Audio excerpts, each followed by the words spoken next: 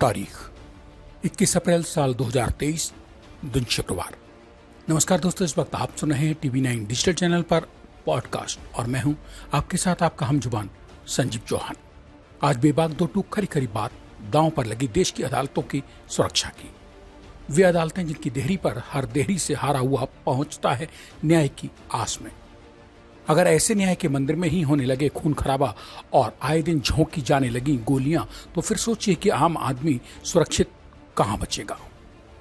शुक्रवार को दिन दहाड़े दिल्ली की साकेत कोर्ट में घटी घटना में पति ने ही बीवी के ऊपर गोलियां झोंक दी।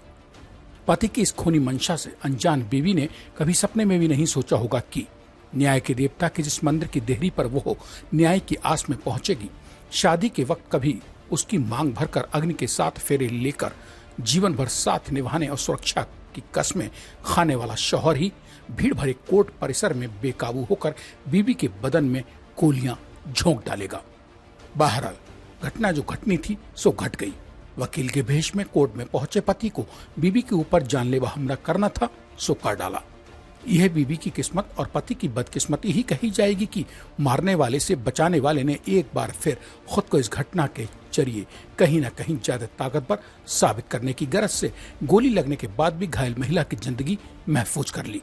मगर गोली कांड की इस खूनी घटना ने कोर्ट जैसे संवेदनशील स्थान की सुरक्षा व्यवस्था में मौजूद 100 छेद तो उन अंधे और बहरों को दिखाई दिए हैं जिनके कंधों पर दिल्ली की साकेत सहित देश की तमाम बाकी अदालतों की सुरक्षा का जिम्मा है, यानी राज्य पुलिस।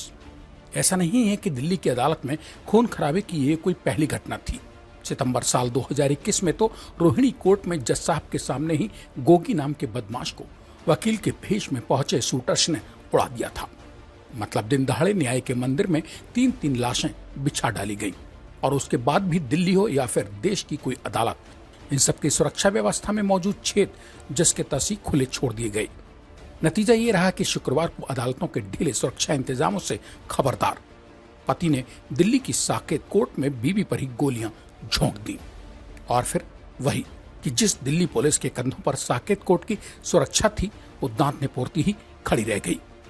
सवाल यह है कि आखिर न्याय के इन मंदिरों में ऐसे खून खराबे या गोली कांड रोकने का रास्ता क्या है।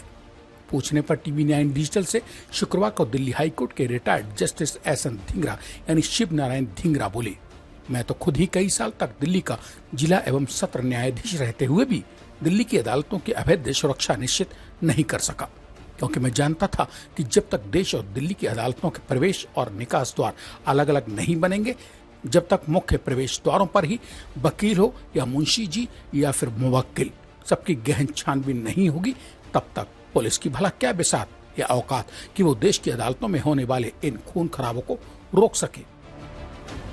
इसी के साथ अब आज मुझे यानी अपने दोस्त संजीव चौहान को दीजिए इजाजत। सोमवार रात में लौट कर आने तक कीजिए इंतजार। तब तक के लिए नमस्कार। और हाँ दोस्त, जाते जाते TV9 डिजिटल चैनल को सब्सक्राइब करके कमेंट बॉक्स में अपने मन की बात भी तो लिखते जाइए।